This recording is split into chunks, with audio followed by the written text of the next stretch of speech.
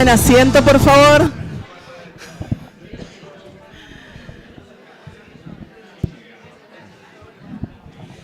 Vamos a empezar este primer panel. Todo el mundo tiene sus aparatitos de traducción.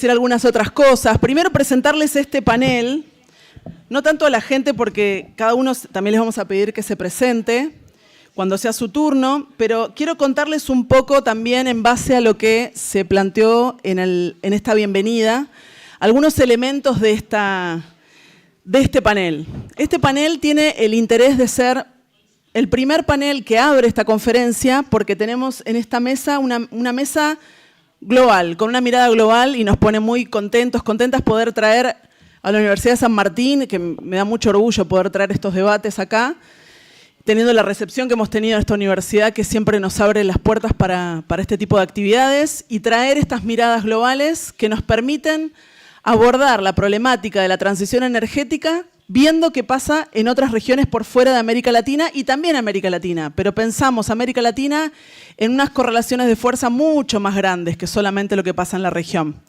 Por eso incluso esta conferencia se llama La Gobernanza Global de la Transición Energética. Quisimos traer esos elementos que necesitamos tener en cuenta para pensar no solamente la práctica política, sino que también poder construir aquí un puente con el pensamiento académico, por ejemplo. La práctica académica, que no sea una práctica que está pensando solamente temáticas muy específicas, sino que pueda tener, en primer lugar, ese puente con la actividad política, con los actores, con los territorios, comprender las disputas que se están dando en estos temas y ver entonces las perspectivas también regionales y, ¿por qué no?, identificar los puntos donde en todas estas regiones estamos en la misma situación. Entonces también ese es uno de los elementos que vamos a querer llevarnos para el resto del día y seguramente también los debates de mañana. Vamos a empezar entonces, le damos la palabra a Hamza Hamouchen del Transnational Institute, que es otra de las organizaciones que está justamente poniéndole mucha energía a esta conferencia. Hamza, vamos a pedirles que hablen tranquilos para darle tiempo a la traducción, lo cual para mí también es un desafío siempre. Un esfuerzo sobrehumano. Hamza, you ready? Thank you. Do you hear me well? Does the translation work fine? Perfect. Thanks, Luciana, for the kind words and the introductions, and thanks for the other organizers as well to give me the opportunity to share with you some thoughts and reflections from another context, which is the North African context. First of all, I apologize, I'm not going to do my presentation in Spanish. Unfortunately, I'm not a Spanish speaker. But I try to translate the slides with DeepL into Spanish so you can follow a little bit what I'm going to say. So the title of my presentation is Extractivism and the Energy Transition in North Africa between Ecological Imperialism Hamza, and Green Colonialism. Sorry, there's a problem with translation. ¿El canal a castellano no se escucha? No. Un segundo que esperamos a que se solucione eso. Ah, bueno. Bueno, sorry Hamza, but that's fine, this that's is fine. Crucial. Yeah. Yeah. ¿Ahora sí? Does it work? Does it work fine? Ah, perfect. ¿Sí? Ah, estaba en el otro canal. ¿Todo el mundo ya sí escucha? ¿Sí puede? Hamza, go again. Yeah. So the title of my presentation is Extractivism and the Energy Transition in North Africa between Ecological Imperialism and Green Colonialism.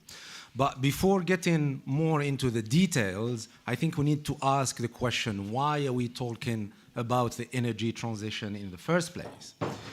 We are talking about the energy transition in the first place because there is a global ecological crisis and a climate emergency. This ecological crisis finds its clear expression in the North African context, in the destructions of environment, pollution, disease, water poverty, and then the impacts of the climate emergency, the climate crisis, from the desertification, drought, wildfires, the rising of sea levels. This climate crisis is not happening, or the ecological crisis is not happening in a vacuum. It intersects with other forms of crisis, the energy crisis, the food crisis, and the socio-economic crisis. But for me, how do we apprehend this ecological crisis? I believe that we cannot do so without addressing or grappling with the capitalist extractivist model of development that has been imposed by imperialism since colonial times. And throughout my field trips to various parts of North Africa, I saw, alongside environmental destruction, pollution, disease, I saw what the dependency theorists call the development of underdevelopment, or what David Harvey calls the accumulation by dispossession. You see a lot, there is wealth in natural resources, but at the same time, you see environmental destruction, underdevelopment, lack of jobs. So, and this is the paradox of extractivism. It creates sacrifice zones with sacrificial peoples in order to maintain the accumulation of capital. And there are so many examples in North Africa and other parts of the world, including Latin America, that documents this. There are some concepts, very important concepts, that I think we need to take into account when talking about extractivism. Extractivism needs to be linked to the global drive for accumulation of capital, and this generates what some theorists call an equal ecological exchange. An equal ecological exchange basically is the asymmetrical transfer of ecosystem goods and services from one region, generally the peripheries, to another, which is the cores or the centers of the global capitalist system. And this is globally what is called ecological imperialism, which is broadly the subjugation of the economic, political, and social institutions of a peripheral country for the biophysical, metabolic needs of a generally core or semi-peripheral country. And this is inextricable from the purpose of making such resources accessible and amenable to the needs of capital accumulation. So this is just a bit of theory that I need to get away. So in the midst of all this ecological and climate crisis, the destructions that we are seeing, the transition to a more sustainable system has become inevitable, but justice is not guaranteed in that process. So there is this kind of colonial or orientalist environmental narrative that portrays the Sahara or the desert in the North African region as a vast, empty land, sparsely populated, which represents a kind of an El Dorado of renewable energy, making it like an opportunity for Europe to continue its consumerist and energy-intensive consumption and production patterns. But this narrative is deceptive because it overlooks questions of sovereignty, questions of property, and masks the ongoing relations, neo-colonial relations of subjugation, domination, land grabbing, dispossession. And in the meantime, it excludes local populations from decision making when it comes to the energy transition. And there are so many examples from the North African context that talk about this. But what do we mean by green colonialism? This is a concept that I use in the context of North Africa, and I believe it can be used in other contexts as well. Green colonialism basically is the extension of the colonial relations of domination, plunder, dispossession, as well as the dehumanization of the other to the renewable era. to the green period. Basically, we have the same system, the same structures, but with just a different source of energy. So from fossil fuels, oil, gas, and coal, now we have renewable energies. But then that global transition that we talk about, it is happening unevenly, mainly in the global north and some pockets in the global south. It is predicated on the ongoing or the continuation of the exploitation and extraction of basic and rare minerals and metals like cobalt, lithium, nickel, graphite, and so on. And where would these materials come from? Mostly from countries in the global south. Republic of Congo, Indonesia, Chile, Argentina, Bolivia, where environmental destruction continue and the exploitation of workers and the creation of new green sacrifice zones. There are some other people who use another concept which is called green grabbing. Green grabbing refers to those dynamics of land grabbing for a supposedly green agenda. So conservation projects that dispossess indigenous communities, the confiscation of land for the production of biofuels, and also the confiscation or the theft of land from agro-pastoralist communities in order to build wind farms and big solar plants. Let's come for some, sorry, I missed this. Okay, cool. Let's come specifically to some examples from the North African context, like to convey what I mean by green grabbing and green colonialism. So there is a big solar plant in southeast Morocco called the Ouarzazate solar plant that has been launched at the climate talks number 22, COP22 in 2016. And at the time, it was being portrayed as the biggest solar plant in the world, and the Moroccan monarchy is doing its bit in the green transition. But then you scratch a little bit under the surface and you realize a bleak story. First of all, the 3,000 hectares where this solar plant have been built have been taken away from the local communities without their consent and approval. So they are agro-pastoralist communities that use it for pastoralism. So this is a green grab. And then you go into the political economy of the project. You see that it contracted $9 billion of debts. So the Moroccan monarchy, the Moroccan government guarantees those debts. So in case the project fails, it's the Moroccan citizens who will pay those losses. And Morocco is a hugely indebted country, so it doesn't make sense at the moment. The project is losing money, 80 million euros a year, and it's pocketed by the Moroccans. It is using a technology called the concentrated solar power, which is CSP. That technology needs a lot of water just to make the system cooler, clean the panels, and Ouarzazate is a semi-arid region. So the dam where the water comes, the water there is diverted from agriculture and drinking to that solar plant. So I'm wondering, is this really green? And we have the question of Western Sahara. I don't know if you are aware of it, but Western Sahara is an occupied territory by the Moroccan monarchy, and the Moroccan monarchy is building solar plants and wind farms there in spite of Sahrawis' right to self-determination. So this is a pure green colonialism. The other dynamics of that green colonialism or green neo-colonialism, or what I call decarbonization by dispossession, is the privatization of the renewable energy sector or the energy sector as a whole, and the focus on export.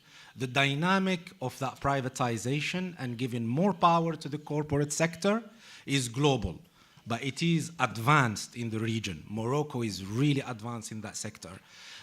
They do it through what they call public-private partnerships. Public-private partnerships are basically a euphemism for the privatization of profits, and the socialization of losses. That's what it means. And this is happening in Tunisia. There is a law right now that has been passed in 2019 that allows for the use of agricultural land in Tunisia in order to build renewable projects. And Tunisia, as revealed during the pandemic and during the war in Ukraine right now, is heavily food dependent. So it imports what it eats. So we are wondering right now, for whom is this energy transition that they are talking about? And then the question of export, it is very important. And I've been doing some work around this. I looked at the Tunur project. Tunur project in Tunisia since 2017 was saying clearly that we're gonna build a huge solar plant, bigger than the Ouarzazate solar plant I told you about in Morocco, in order to export green electricity to Italy, to Europe, and to Britain. It is a joint venture between Tunisian, Maltese, Italian, and British capitalists. Till now, that project has not gone online yet, but they are still pursuing it.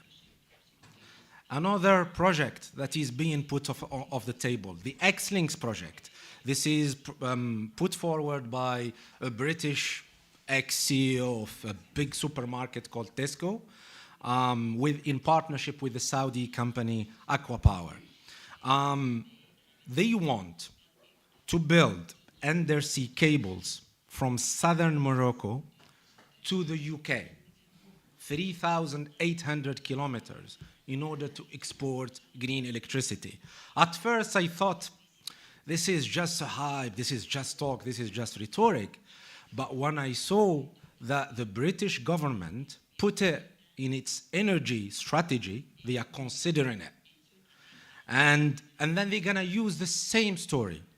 Empty lands, we're gonna create jobs for the local people, people are gonna benefit, but in reality, it's not. We are seeing the familiar neo-colonial scheme in front of our eyes, the unrestricted flow of cheap natural resources, including the sun energy or the wind energy in this case, while Fortress Europe do not let people to go there. In fact, it makes them drown.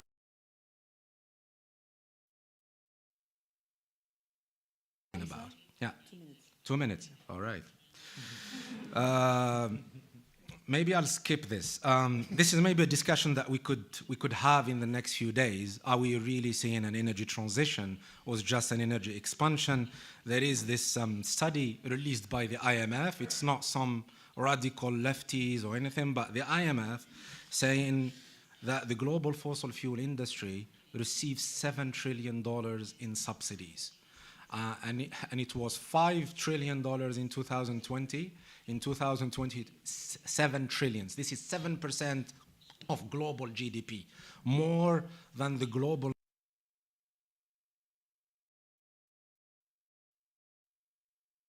And we see in the context of the war in Ukraine, that's exactly what's happening. The EU is scrambling to diversify its sources of energy.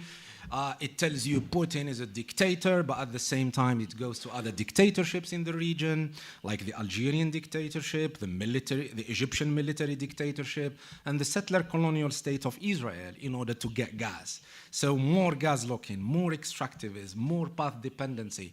Always it's the same story, the perennial EU energy security.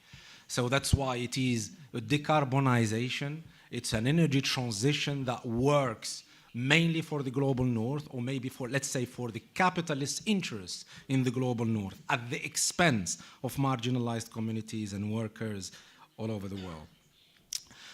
In terms of alternatives, I use like the concept and framework of just energy transition. There is a small booklet in here that TNI has made, and it is already in Spanish. It puts forward the main principles of what a just transition or just energy transition means, which is in a way a radical transformation of the political and economic social system that we live in. And it's not a technical or technocratic transition. It needs to be a systemic one, people-centered, and it needs to be creative because it's going to be different in different places. It needs to be, socially controlled transition. And it needs to challenge the global architecture of finance and trade. And I think this is a very important point that we need to discuss in the next 2 days, the question of ecological and climate debts, the payment of ecological and climate debts from the rich global north to the global south. Technology transfers is part of this. There will be no energy transition or adaptation to the climate crisis without the energy transition. I forgot to yeah, you see? Nobody told me. But I'll finish with this slide. I think when we talk about the energy transition, there are some key questions that we need to ask. Who owns what? Who does what? Who gets what? Who wins and who loses? And whose interests are being served? The moment we start asking these questions, we'll realize the real motives of certain renewable projects. And it's not a matter of just asking answering those questions for answering them or to write some academic papers. But the point is to analyze how capitalist and imperialist dynamics work in order to challenge to change the world we live in, identify the strategic targets and key nodal points for resisting, challenging, and intervening against capital, and covering the deceptions of capital trying to reproduce itself under the guise of the green economy, and finally build the needed and necessary alliances of working people to bring about transformational change. I didn't get to tell you a lot and to go into more details. And lastly, a bit of shameless self-promotion. This is a book that I co-edited with my colleague Katie Sandwell at the Transnational Institute. It's coming in October 2023. Change the slide. Oh, yeah. And all the book chapters will be available in Spanish at our website. Excellent. Thanks a lot for listening to me. Thank you.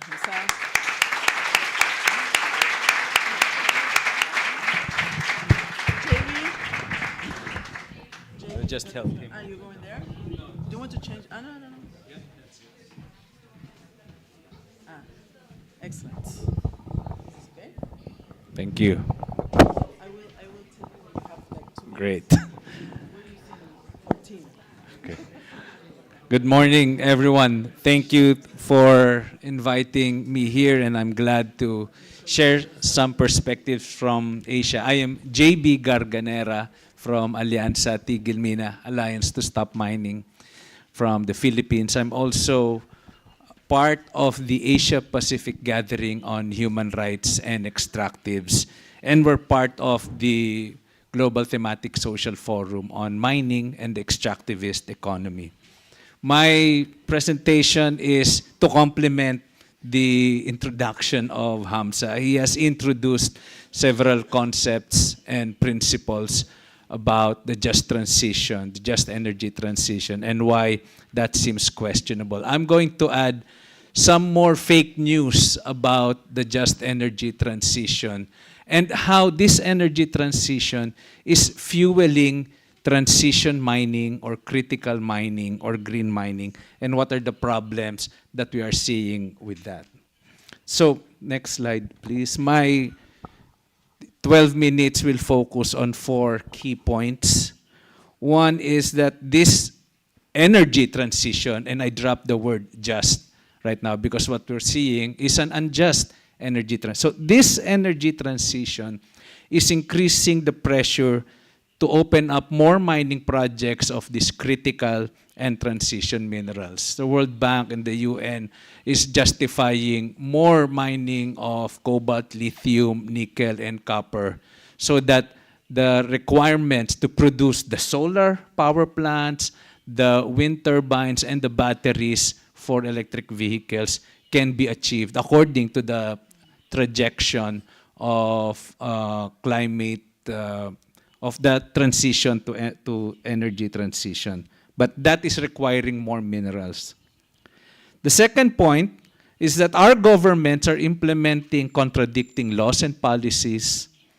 The third is I will give some examples from Asia about the sacrifice zones that Hamza has introduced. And then I'll end with the summary of general issues that we are facing. Hopefully that can trigger some discussions on what are the entry points for solutions and alternatives later on. Let me go now to each of those items. The energy transition that is being pictured based on the colonial model and the exploitative model that Hamza introduced is fueling more mining projects because by computation, the requirements for all of those green energy, there is the current way we are mining and the current way that we are producing the minerals is not enough. So in fact, the mining industry and some governments are justifying, oh, we have to fast track mining projects.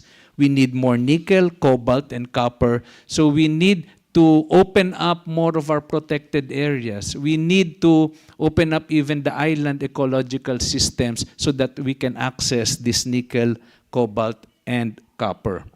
Between Indonesia and the Philippines, we probably supply about between 65 to 70% of the raw nickel in the world, and that majority goes to China. But then Myanmar and Vietnam are catching up on their mineral production of cobalt, and the Philippines is waiting to open up 2 very large mines in the region that will supply copper. And you can imagine the pressure this is putting on protected areas and on fragile island ecosystems.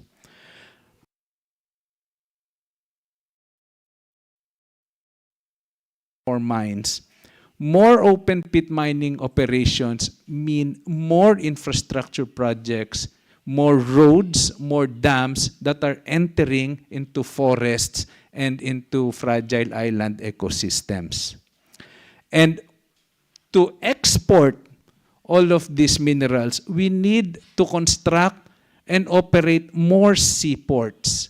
And more seaports are affecting coastal areas and displacing fisherfolk communities and destroying the coastal and marine ecosystem.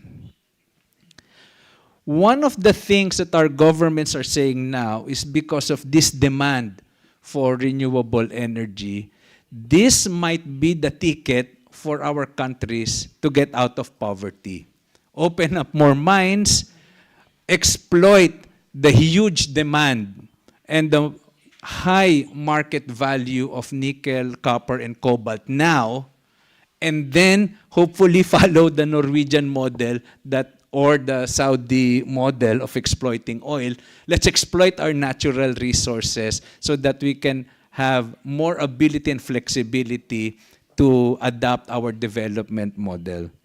But when you take a look on our governments, which is my second point, our governments are not exactly the role model of transparency and accountability. I mean, in ASEAN alone, there are 10 countries in ASEAN, and only 5 of these countries have national human rights institutions. And I know that in ASEAN alone, I mean, there are 3 or 4 countries that are run by military junta. And you can imagine the links of who owns the minerals, the logging, and other extractive industries in all of these countries. Last year, I think TNI was part of this research group. Several researchers actually studied the National Minerals Action Plan of several Asian countries. The first interesting point is, why did several Asian countries suddenly get interested to craft their own National Minerals Action Plan? Apparently, the World Bank financed them immediately after the study of the World Bank about the transition minerals. So it was at grant from the World Bank that most ASEAN countries and several South Asian countries came up with their own National Minerals Action Plan to study how they can exploit these transition minerals. And the study revealed that most National Minerals Action Plan are designed to dig the minerals and then export them. Very few National Minerals Action Plan in Asia actually plan to use the minerals for our own industrialization. As explained by Hamza, it's when resource-rich countries dig and extract their own resources, financed by first world countries, and then these resources are exported. So, 5 years ago, Europe woke up with Indonesia banning the export of nickel. That disrupted the nickel and eventually the metal supplies for Europe. And that created a security situation. If Europe could not access this nickel of Indonesia, then that's going to disrupt the value chain and then the industrial plan of Europe. And who was getting much of this nickel? China was. So now it becomes a geopolitical issue. And then last year, the US woke up that, wait a minute, about 80% of the nickel being produced by Philippines and Indonesia was being cornered by China. And China was starting to bully everyone on the South China Sea and threatening the freedom of navigation. Now you have the US being active again in that region. And just this month, friends from the US confirmed to me, there was a 1 million grant for an environmental impact assessment in the Philippines for a nickel processing plant. And I said, that's funny because the US has never invested in any mining project in the Philippines. They are not a player in any of the value chain of nickel in ASEAN region. Why are they suddenly investing $1 million for an EIA? It's not the total investment. That's only for the environmental impact assessment. And apparently, the Trade Department had a simple mathematical, we cannot allow China to corner all the nickel supply because it threatens the industrial plan of the United States. So you have countries like Indonesia and parts of India who are protecting their national minerals. But as the TNI study has shown, regional economic framework and free trade agreements are counterbalancing this. Even if Indonesia had a ban on nickel export, they were tied to free trade agreements and the RCEP and the Indo-Pacific Economic Framework. They had to give access to other countries to their own nickel supply. And at the end of the day, trade policies of ASEAN are being shaped on who gets access to these transition minerals. So the US and Japan are not just simply being good in maintaining freedom of navigation in the South China Sea. They want a chunk of those transition minerals to be also open to their market. My third point is that this energy transition is unjust because of one point that Hamza illustrated earlier, the term sacrifice zones. And for us, the energy transition is putting more pressure on these sacrifice zones. So I'll give some examples on how these sacrifice zones are increasing in Indonesia and the Philippines. Let me start with the Philippines. In 2017, 2 mining contracts were suspended by an environmental minister. Her name was Gina Lopez. She died 2 years ago. But during her 10 months in the environment ministry, she was a firebrand. She canceled 28 mining contracts and stopped mining for about 4 months. So she canceled 2 mining contracts about 6 years ago.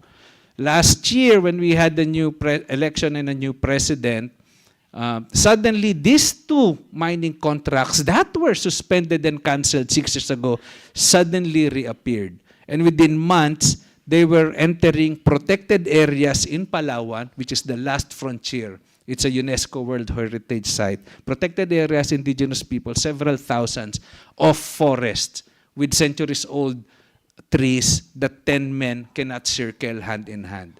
But for some weird reason, the Environment Ministry reactivated the mining contract and allowed mining to enter. Then there's Sibuyan Island, which is called the Galapagos of Asia. It's the whole island, 90% is protected area because of its unique mountainous range.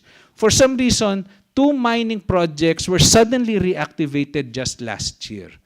And the only justification of the government, they were nickel mines. Even if they were inside the protected area and in a fragile island ecosystem, the government was justifying the re-entry and reactivation of canceled mining contracts because of the demand for nickel. Local governments have issued local resolutions against new nickel mining permits because local governments knew that the national government was just thinking about itself. The national government just wanted profit from these nickel and copper mines. But the local governments knew that the impact of these nickel and copper mining projects was going to be long-term on the water and agriculture production. Now, this is very recent. So this is like, 11 days ago? Our Supreme Court issued a writ of kalikasan.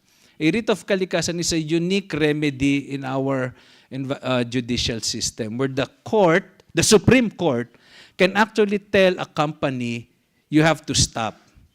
That's called a TEPO, Temporary Environmental Protection Order. We might be more familiar with the temporary restraining order, which is the normal restraining order of a court. In the Philippines, we have a temporary environmental protection order. The Supreme Court our Supreme Court can actually order a company, wait, stop temporarily, explain to us how you are not harming the environment. This is a precedent-setting case when our Supreme Court just 11 days ago stopped the mining project in Palawan. And precisely our court said, that's a very dangerous project you're doing. And actually, you were already canceled 6 years ago. So explain yourself. Now, this is a very important development for us, which makes certain use of sustainable development principles, such as the precautionary principles and intergenerational responsibility. So let me now go to examples of sacrifice zones in Indonesia. In Indonesia, they passed the Omnibus Law on Job Creation. The title is missing, but basically it's giving foreign investors easier, faster, and more liberal way of accessing permits and even leasing land. But I think the most contentious element of this Omnibus Law on Job Creation is it undermines basic labor rights. So when the foreign investor comes in, they can actually invoke this law in saying, no, we can go beyond the minimum wage, we can stop unionization of workers, and we can actually, not subscribe to the floor minimums of the International Labor Organization standards. In a mapping exercise, 59% of mining concessions in Sulawesi and Maluku Islands are in natural forests, and they're going to dig up nickel. Sulawesi and Maluku are some of the remaining forest corridors in Indonesia. Now, last month in July, several officials from the Department of Mines were charged for corruption, and one of the advisors of Jokowi was the main person charged. And they were doing illegal mining. They were mining nickel without any permits. So in general, when we talk about the just energy transition, it requires more minerals. But right now, what we are seeing in Asia is that there is an unjust way that mining is being pushed to satisfy the needs and requirements to arrive at that just energy transition. So, in conclusion, most of our government officials are either beneficial owners of mining companies themselves or are supported by mining industry. Between Alyansa Tigil Mina in the Philippines and Jatam in Indonesia, we can name actual members of our Congress who are beneficial owners of these mines. And then there's the shrinking space for democracy and civic engagement when environmental defenders are criminalized. There are security risks and threats faced by environmental rights defenders. The annual Global Witness report will tell that horrible stories of how environmental and land rights defenders in Latin America, in Africa, and in Asia are facing because of repressive governments. Fourth, despite some initiatives like EITI, there's still huge gaps on accountability and transparency on extractive industries, mainly because the industry is such powerful that they can control policy making and even decision making in our governments. Lastly, the greenwashing efforts of the industry is creating a new brand for the extractive industry, and we have to be able to counter that narrative that they're saying they're actually doing good now because they are responding to the need for a renewable energy requirements of the future. And they are branding themselves as part of the solution for climate change impacts. And we're glad that this conversation is happening because that has to be countered at the global and national levels. Thank you. Thank you very much. Devin?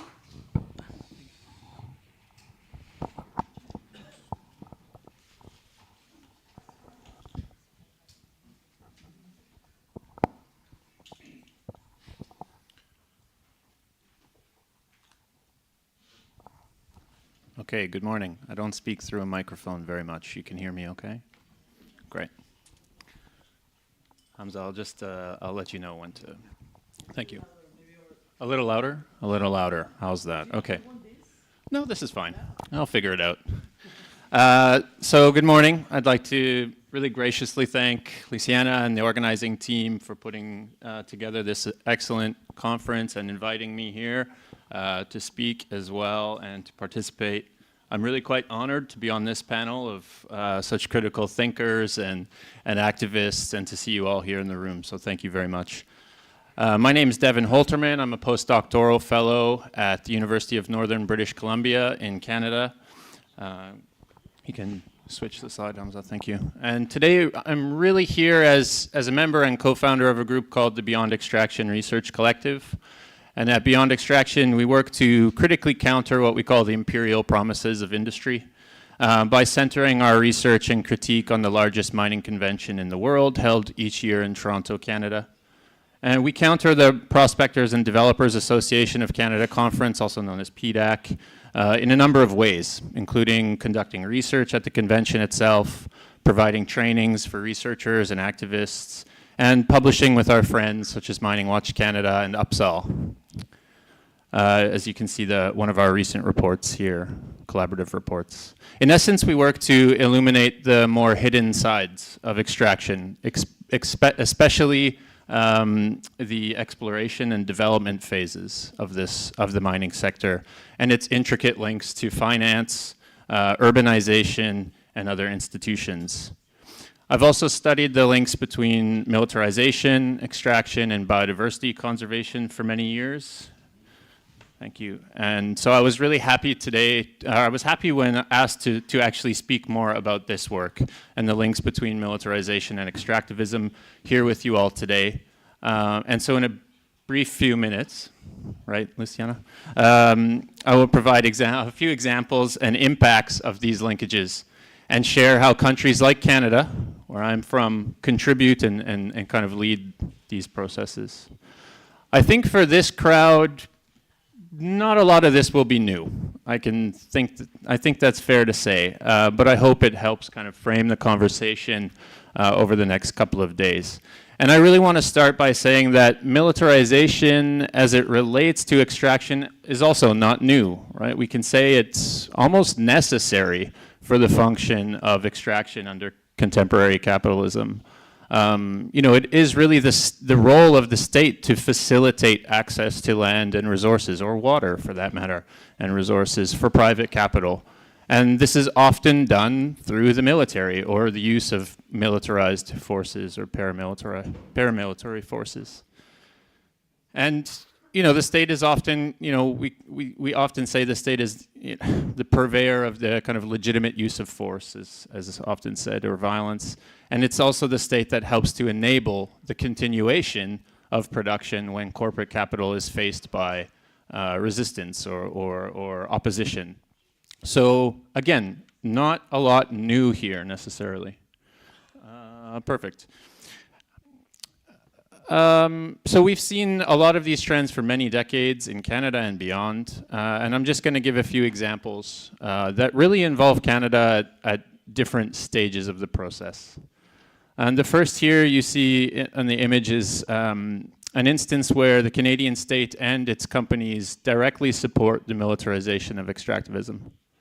So we've seen, again, in so-called Canada, where Indigenous land and water defenders, non-Indigenous supporters, and even journalists and members of the media have been terrorized by a militarized force made up of corporate security and national, police forces. As you can see in the photo, not much policing going on there. This was the corporate state's response to an Indigenous-led effort to resist an unwanted oil pipeline through traditional territories. We've also seen how many Canadian companies hire security personnel with military experience and partner with police forces through various problematic arrangements in order to secure mineral deposits or the types of infrastructure projects that feed those mineral deposits. Okay, Hamza. Canada also leverages violent conflict abroad to the benefit of Canadian companies and investment. For example, Catherine Nolan and Graham Russell and their co-authors recently argued that Canadian mining companies are the children of genocide in Guatemala because of the predatory actions taken to secure mining licenses and the willingness of Canadians and Canadian companies to benefit from the aftermath of years of state-sponsored violence. Or just earlier this year, Mining Watch Canada published an article detailing how the Canadian ambassador to Peru was publicly promoting Canadian mining in the country, and so-called Peru Day at that PDAC conference I was telling you about earlier in Toronto, while the country was embroiled in protests following President Pedro Castillo being deposed from office. While Peruvians were facing significant state-sanctioned and militarized violence on the streets, Canadian officials were jockeying for position and a more beneficial investment environment for mining companies. We also see how foreign companies benefit from militarized state-sponsored violence through enacting things like states of emergency.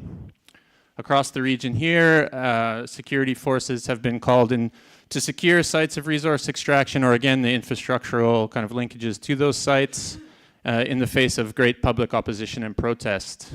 As in Peru and Ecuador and other examples, this has advanced under legal orders that suspend civil liberties, creating, we can call spaces of exception, whereby protesters, community members, and Indigenous peoples are in effect seen as expendable, right, in the name of their extractivist agenda.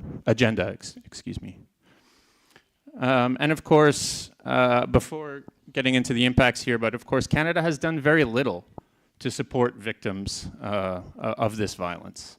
There is effectively no legal recourse in Canada for victims of Canadian mining or investment abroad, as subsequent Canadian governments have effectively stayed silent and enabled the continuation of this violence against vulnerable populations in the name of extractive profits. So as you all know, and I just hinted, the impacts of the militarization of extraction are many. Of course, militarization leads to violence for community members and Indigenous peoples. Securitization of extraction leads to the criminalization of dissent, which I think both previous speakers spoke to. And the response to that criminalization of dissent is often militarization. So another impact. Another impact of militarization is often what I tend to think of as this kind of rupturing of the social fabric within communities, right? Or particular groups, especially when those forces are using things that we call kind of soft tactics or counterinsurgency tactics to kind of infiltrate community groups and what have you, and sow dissent amongst them. And among other things, again, I just want to stress that the militarization of extraction tends to render legal options at play really challenging, if not impossible, for victims of this violence, because, as we know, impunity often comes to those with military power. So, given we know this is kind of the current moment and also the history of extraction, we can see the stakes are, of course, very high for local and indigenous peoples who live nearest these sites, for workers and others, and also all along the supply chains of these extractive projects. And I think this is especially the case given why we're all here today to discuss the kind of energy transition, or you can say we're almost on the kind of standing on the precipice of another mining boom. And this boom, of course, is in relation to the critical and or strategic minerals required for technologies that will, in effect, electrify everything. As we're gathered here today, the so-called kind of green energy transition. And I think some of my past work in East Africa can also shed light on the power of this narrative. So I'm just going to spend a couple minutes on that as well to hopefully illustrate this. I've spent a number of years working in the south of Tanzania, East Africa, where I studied how a previously Canadian uranium company was actually able to secure a mining license within a protected area known as the Salute Game Reserve at the time, in part due to their commitment to support and manage so-called anti-poaching efforts within and beyond the protected area. And these commitments were really leaning on regional and global trends in wildlife crime and anti-poaching, and led to the establishment of rather militarized anti-poaching units that also rather conveniently doubled as mine security.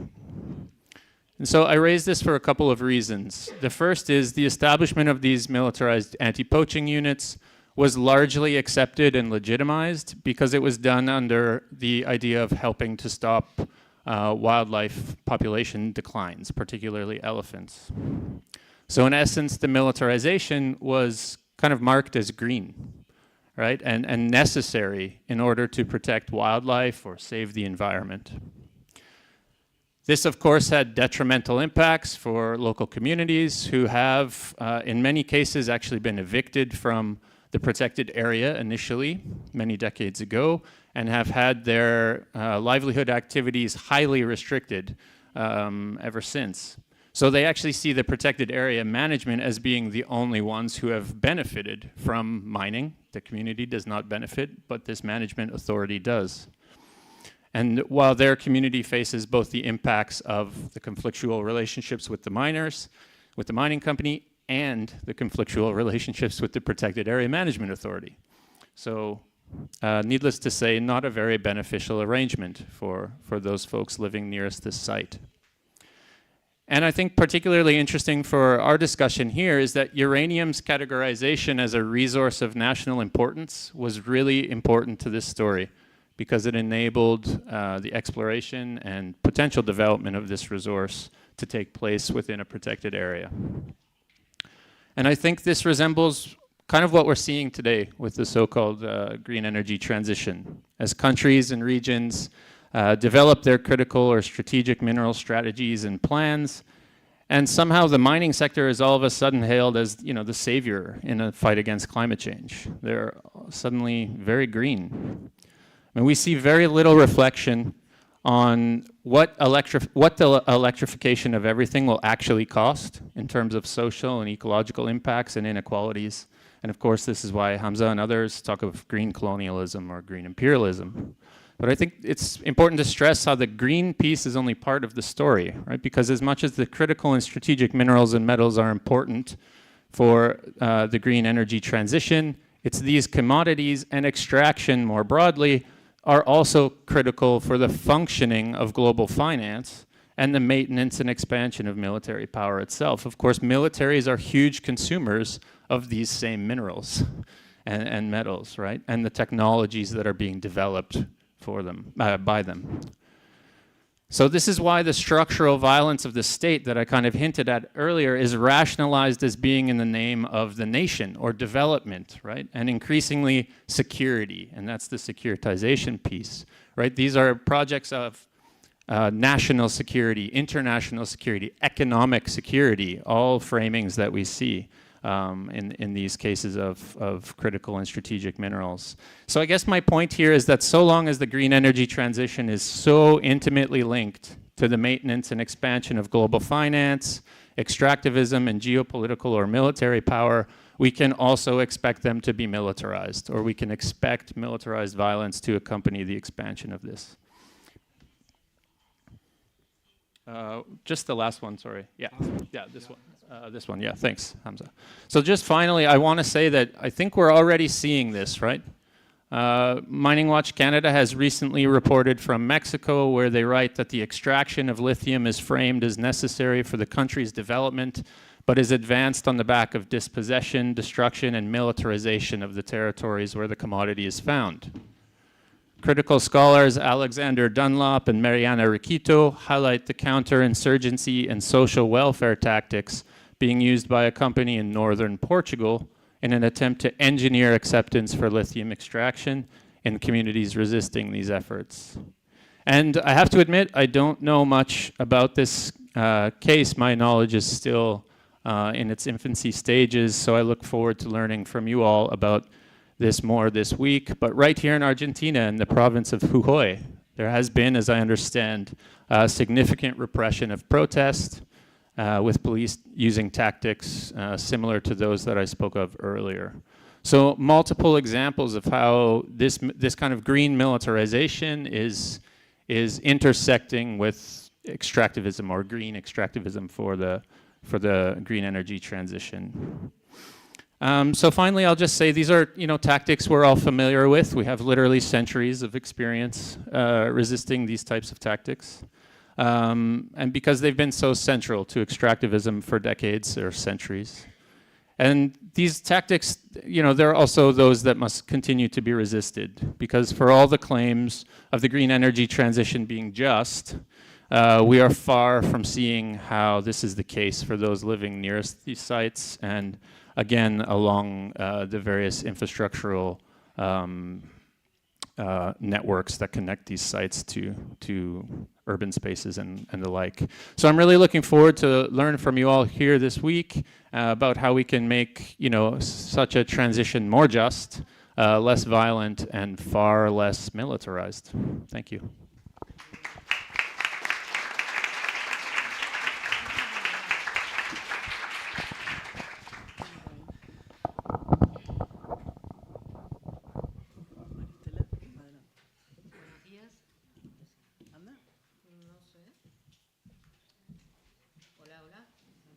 Si no pasamos a este.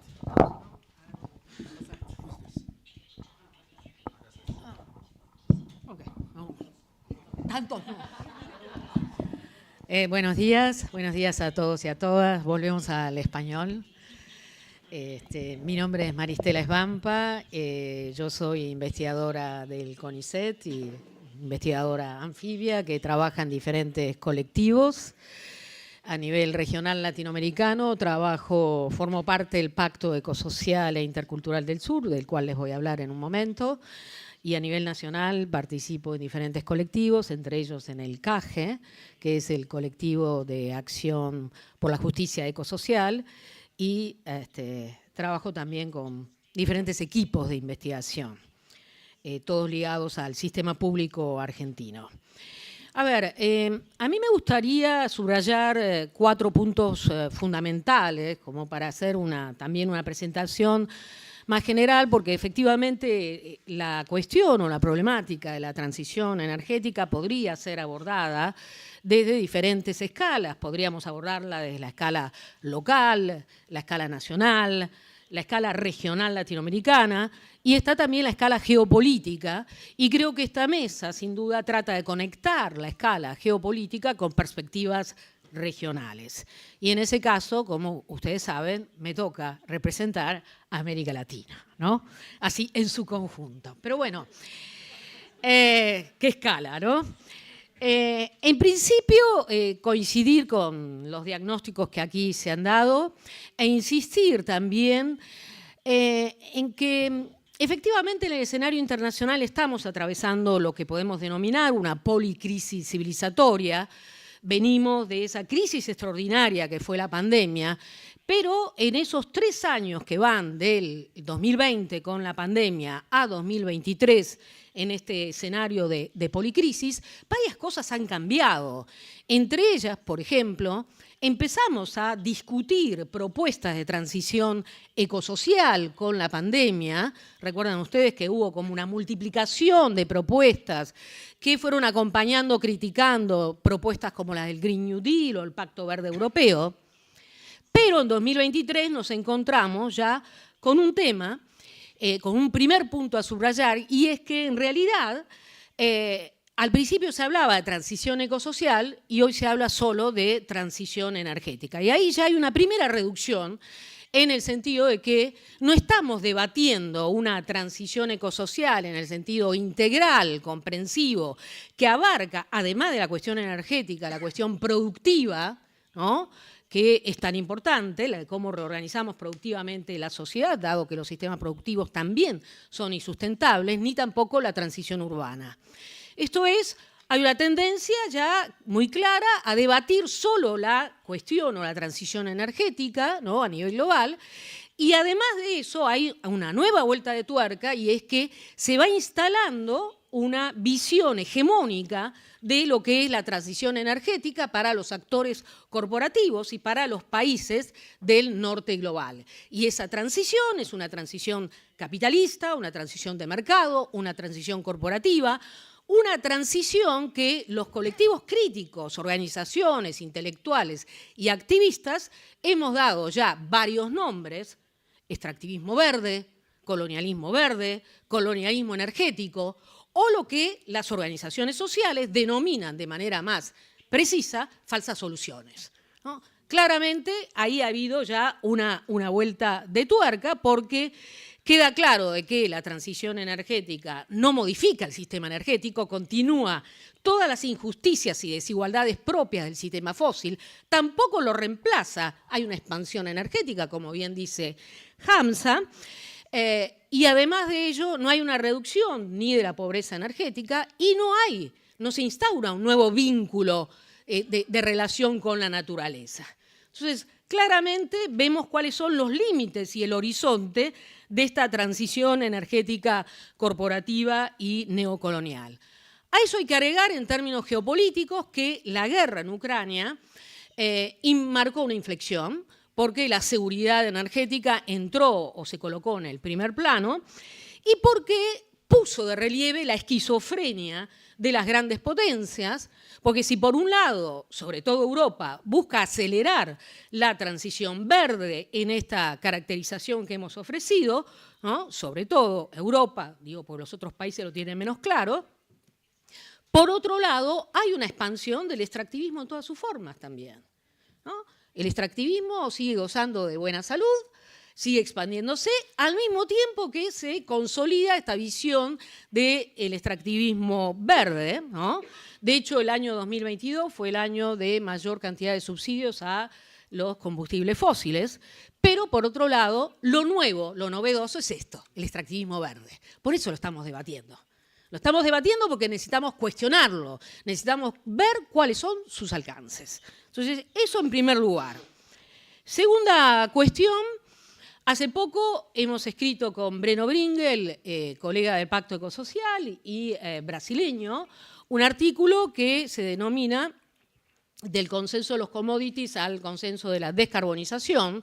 En realidad no es que hay un pasaje de uno a otro, hay una coexistencia entre lo que fue y ha sido el consenso de los commodities, que en América Latina implicó la reprimarización de nuestras economías, que implicó que gobiernos progresistas, conservadores, neoliberales, apostaran a la exportación masiva de materias primas, a lo que hoy podemos denominar el consenso de la descarbonización, no con la idea de idealizarlo, sino más bien de deconstruirlo, para mostrar efectivamente qué es lo que hay detrás de esa presión por reducir la emisión de gases de efecto invernadero. Lo que vemos es que no hay una transformación del sistema energético, no hay un cambio en el modelo de desarrollo, todo lo contrario, hay una apuesta a incrementar, a exacerbar la explotación de los bienes naturales.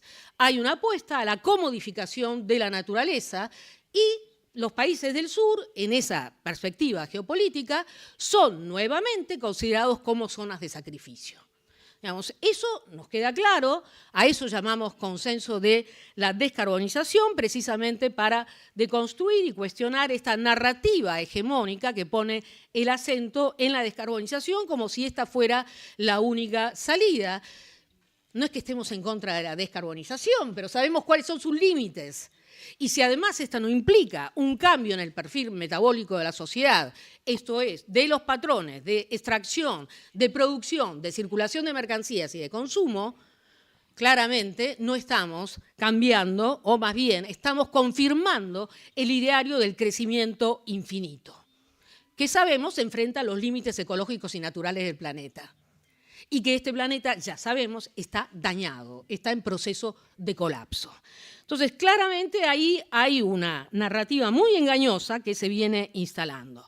Otra cuestión que nos parece importante subrayar es que ha habido también un cambio en la cartografía, ¿no?, de los recursos naturales necesarios para lo que se llama la transición verde, ¿no? Porque efectivamente vemos que lo que se requiere, que es litio, cobalto, minerales para la transición y las tierras raras, están en África, en América Latina, en algunos países de Asia, y para el caso de las tierras raras, el 65% de las mismas está en China.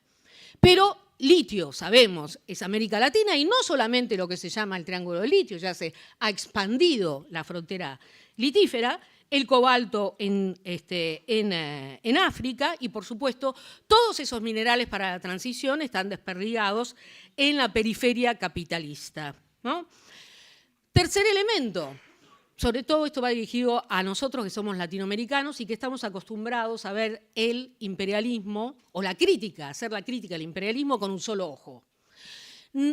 Hemos sí pasado de un mundo unipolar a un mundo multipolar, en el cual hay enormes presiones o pujas interimperiales. Y la batalla geopolítica por el acceso a esos recursos naturales necesarios para la transición coloca a todas esas potencias en juego, que buscan un acceso rápido, ¿no?, eficiente a esos recursos. Entonces, no está solo Estados Unidos con su Comando Sur, ¿no?, y sus burbujas financieras, sino también está China, que está instalado desde hace 10, 15 años en América Latina en todas las actividades extractivas y además en las actividades ligadas a los renovables. Y está también Europa. Europa, que está escasa de recursos, porque Europa consume el 23% de los recursos naturales del planeta, pero solo extrae 3% de su territorio, y Europa que transparenta con claridad lo que se propone hacer esta transición verde, ¿no? Entonces, claramente ahí tenemos a un conjunto de potencias. Descartamos a Rusia, porque Rusia tiene un imaginario fosilista y no ha pensado siquiera en la cuestión de la transición, pero las grandes potencias están pensando en cómo acceder rápidamente, ¿no?, a los mismos. Segundo tema. Desde el Pacto Ecosocial e Intercultural del Sur nosotros nos proponemos trabajar estas cosas, sobre todo porque nos interesa dar la disputa a nivel simbólico, ¿no?, acerca de lo que se entiende por transición. Y claro, nos hemos visto volcados, como otros grupos de intelectuales y activistas, a discutir la transición energética. Y el año pasado promovimos, junto con algunos grupos del norte global, una discusión con activistas del sur, de África y de Asia, sobre la transición energética. Estuvimos casi un año discutiendo e intercambiando diagnósticos. Llegamos a la conclusión de que compartimos ese diagnóstico que acá ha sido presentado. Y a raíz de eso elaboramos un manifiesto. Elaboramos un manifiesto impulsado por el Pacto Ecosocial, que se llama el Manifiesto por una Transición Justa y Popular, esos son términos de Pablo Bertinat, justa y popular, desde los pueblos del sur, ¿no? Con lo cual quisimos, efectivamente, no sabemos. Energy. Terrorismo energético.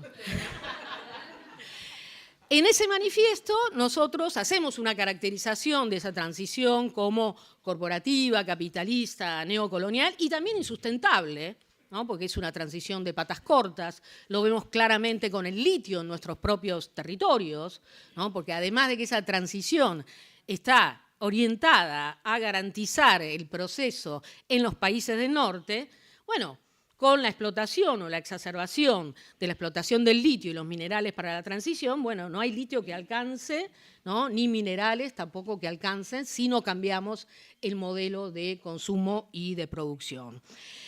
A raíz de eso, les cuento, armamos una delegación. Armamos una delegación con diferentes activistas del sur global, así le llamamos, de nuestros países periféricos.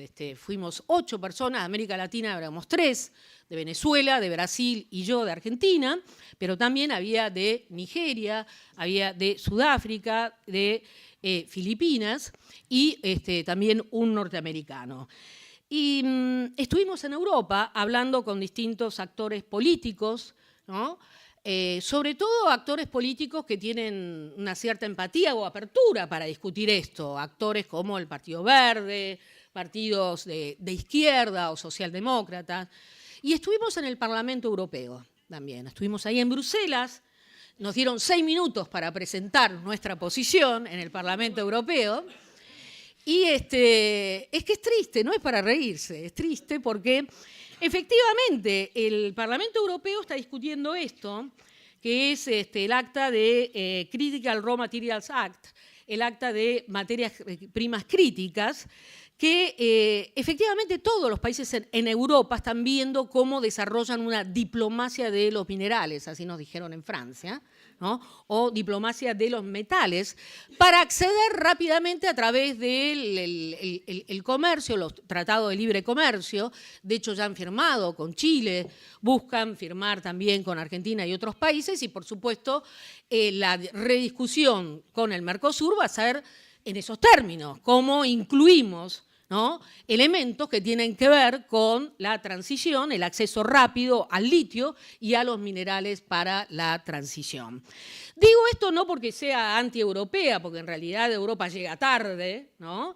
Y está absolutamente desesperada por acceder a esos minerales, sino porque esto lo que hace es transparentar, ¿no? Esto es un manual que transparenta efectivamente cómo ven estos países la transición y cómo la están negociando para tener un acceso rápido en un contexto geopolítico muy hostil, ¿no? Y muy volátil, digamos, ¿no? Porque hay una guerra y puede haber más, sin duda.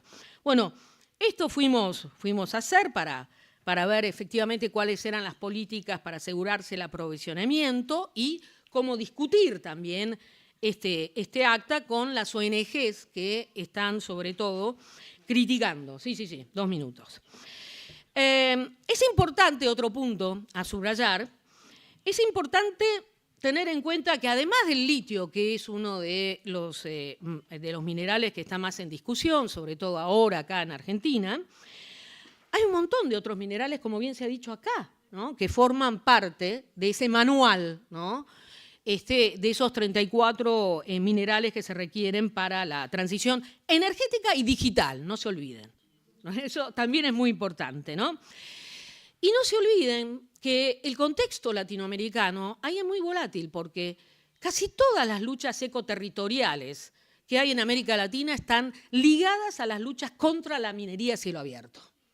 Hay más de 350 o 360 conflictos relevados por el OLCA, pero son muchos más, ¿no?, contra la minería a cielo abierto en todos los países latinoamericanos. Y hay luchas que se han ganado también. Hay triunfos en América Latina que han puesto límites a la expansión de la minería. Y esto es importante tenerlo en cuenta, porque por un lado la minería a cielo abierto es una figura extrema de extractivismo. Esa militarización de la que hablaba acá el compañero precisamente muestra con claridad que además de extractivismo hay menos democracia. Hay modelos que se imponen verticalmente y que buscan violar procesos ciudadanos y limitar la participación de las comunidades, con tal claridad que la América Latina es la región del mundo en donde se asesinan más defensores del ambiente, ¿no?, y muchos de ellos están ligados a la minería. Ustedes imagínense la brecha que se abre ahí, de criminalización, de militarización. Imagínense ustedes si van los gobiernos en alianza con las corporaciones a decirle a las poblaciones de Perú, en Conga, ¿no?, ahí en Cajamarca, que hay que revivir el proyecto Conga, contra el cual lucharon 10 años y vencieron, porque ahora se trata de hacer la transición energética, ¿no? Imagínense al pueblo de Chubut, en Argentina, que desde 2003 viene diciendo no a la minería. Bueno, vienen no solo a abrir territorios nuevos, sino a aplastar las resistencias que se han desarrollado a lo largo de estos 20 años de luchas ecoterritoriales, a partir de la cual ha nacido una narrativa también contrahegemónica que le da cuerpo, sin duda, a las perspectivas de transición justa que al menos estamos tratando de elaborar. Cierro con esto. En términos de alternativa hay mucho para discutir. En términos geopolíticos tenemos que discutir cuestiones como el decrecimiento, quién decrece y qué significa esto. Tenemos que discutir la deuda ecológica, efectivamente, y llevarla a las instancias internacionales porque es fundamental. No hay posibilidad de discutir un horizonte de transición justa para los países del sur si no discutimos la deuda ecológica. Y sin duda también tenemos que elaborar agendas ligadas al post-extractivismo y a la transición justa. Un vasto desafío en un escenario de mucha hostilidad, de mucha volatilidad, ni que decirles en el caso argentino, que todos compartimos ahí una gran preocupación. Muchas gracias.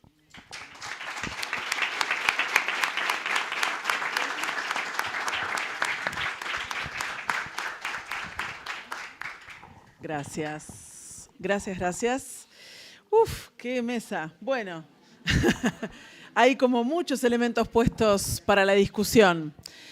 El tema es, por supuesto, como todo el mundo ya sabe, estamos pasados en el tiempo, porque no puede ser de otra manera, por lo cual puedo tomar 3 preguntas, pero antes de que digan, ¡uy, qué mala onda! 3 preguntas solamente, queremos recordarle que las mesas tienen muchos panelistas, va a haber mucho contenido, especialmente el día de hoy, pero mañana a la tarde, después del mediodía, tenemos todo un periodo para discutir en talleres, en grupos, donde todo el mundo puede hablar, donde se pueden discutir. Entonces, para que no se desesperen de que no queda tiempo, pero realmente queríamos, cuando armamos el programa, poder tener bastante contenido para que nos dé elementos también para generar mayor riqueza para la discusión. Por eso les pedimos disculpas de por sí de que a veces va a haber poco tiempo porque nos pasamos. Pero puedo tomar 3 preguntas. El número sí salió aleatorio, de 3 preguntas. Si están todos reflexionando y quieren ir al coffee break, me parece bien. Claro, los minutos, la guardo para mañana. ¿Alguna pregunta, algún comentario que sea como clave para esta parte? Los dejamos a todos pasmados. Perfecto, perfecto. Guárdense esas reflexiones. Tenemos muchos conceptos que se tiraron sobre la mesa. La mesa, el próximo panel va a agarrar, vamos a ir construyendo sobre lo que se habló, así que... Y no, ya tardaste. Jenny, lo siento. Gracias. Hacemos 10 minutos de pausa, ¿eh?